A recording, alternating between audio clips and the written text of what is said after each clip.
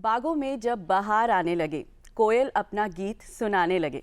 कलियों में जब निखार छाने लगे और भंवरे जब फूलों पर मंडराने लगे।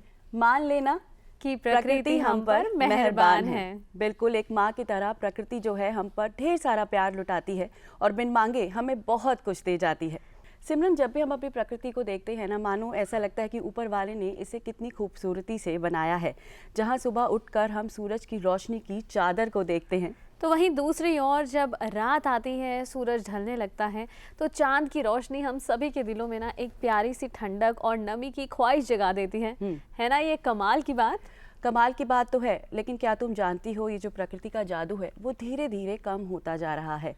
और हम सभी ने ग्लोबल वार्मिंग और क्लाइमेट चेंज के बारे में तो सुना ही है। और ये जो बदलाव है ना, ये इसके लिए कहीं ना कहीं हम भी जिम्मेदार हैं। ये तो तुमने बिल्कुल सही कहा रतिका। और तुमने ग्लोबल वार्मिंग और क्लाइमेट चेंज के बारे में बताया, तो क्या ये एक ही हैं? क्या इनमें कोई फर्क है? अब ये जानना तो बहुत ज़रूरी है। और क्या है इनसे जुड़े हुए मुख्य कारण? तो चलिए हम भी समझते हैं और देखते हैं ये रिपोर्ट।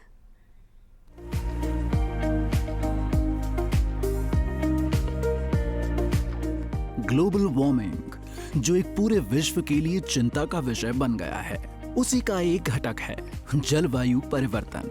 दुनिया के अलग अलग हिस्सों में एक लंबे समय यानी 30 से 40 सालों में हुए बदलाव को जलवायु परिवर्तन कहते हैं। जलवायु परिवर्तन कुदरती तौर पर होता है, वाकई एक काफी लंबे समय से, लेकिन अब हम काफी तेजी से जलवायु परिवर्तन होता देख रहे हैं। और वैज्ञानिकों का मानना है कि इसकी रफ्तार आने वाले दिनों में और तेज होने वाली है।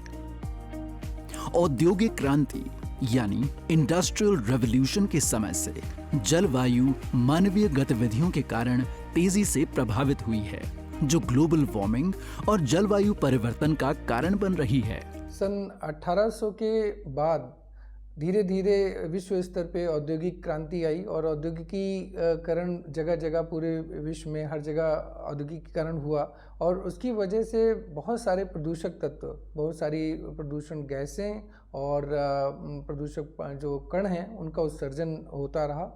और उसकी वजह से धीरे धीरे उत्सर्जन की वजह से पूरे पृथ्वी के चारों ओर एक इस प्रदूषक तत्वों की एक लेयर बन गई। और उसकी वजह से जो भी सूर्य के आने वाली ऊष्मा, वो वहाँ पे, चूँकि ये ऐसे तत्व होते हैं ग्रीन हाउस गैसेज या ब्लैक कार्बन के जो कण, वो ऊर्जा का अवशोषण कर लेते हैं। और उनकी अवशोषण करने की वजह से वो पूरी पृथ्वी की सतह को गर्म कर देता है। तो इस तरीके से अगर हम दीर्घ काल में देखते हैं, लगभग 30 साल या उससे ज़्यादा के समय में, तो हमें देखने को मिलता है कि जो हमारा टेम्परेचर है वो बढ़ा है। अगर आप देखेंगे विगत 4-5 दशकों से टेम्परेचर का हमें अच्छा खासा इंक्रीमेंट देखने को मिलता है।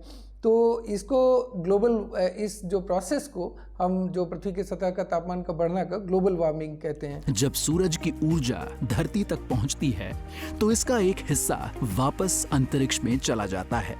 लेकिन अब जो गैस यानी कार्बन डाइऑक्साइड या मीथेन आदि की चादर जो हमने बिछा दी है, उससे बहुत सारी गर्मी धरती के वातावरण में फंसी रह जाती है और इसकी वजह से औसत तापमान बढ़ने लगता है या फिर ग्लोबल वार्मिंग होने लगती है।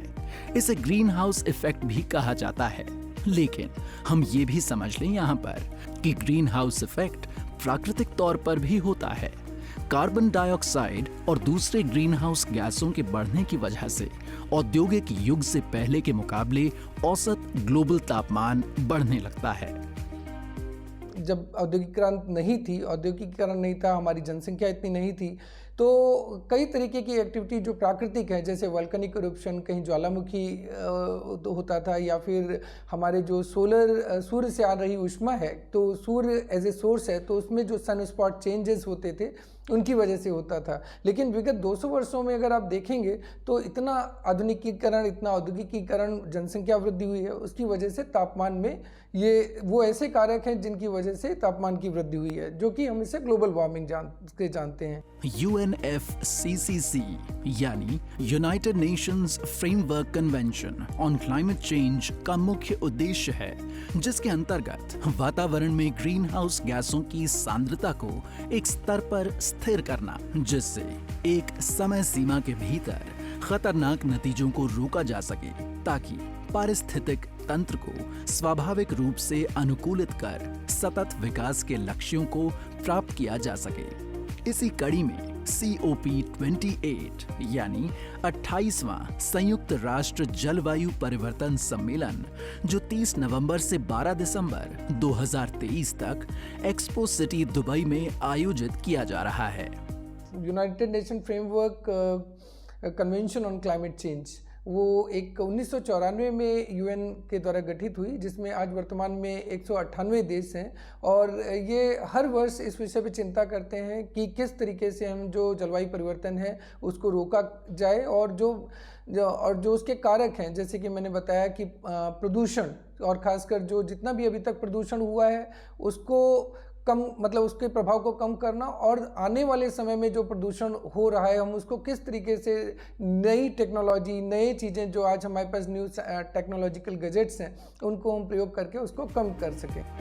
तो जरूरी है कि climate change and global warming के लिए पूरा विश्व एकजुट हो और इससे निजात के लिए सभी एक मंच पर आएं और एक साथ सहयोग से इसके लिए आवश्यक कदम उठाया जाए।